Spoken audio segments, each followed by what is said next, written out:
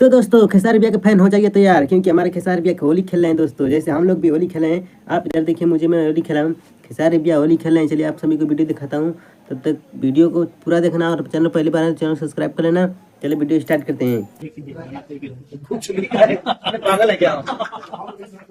कुछ भी करिएगा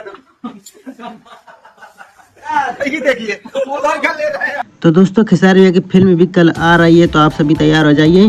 जैसे ही कल फिल्म आती है मूवी रिश्ते, फिल्म का नाम है रिश्ते, कल आने वाला है, सभी हॉल में लग जाएगा। और आप अपने घर के नज़दीकी हॉल में जाके एक बार इसे प्यार दुलार ज़रूर देना।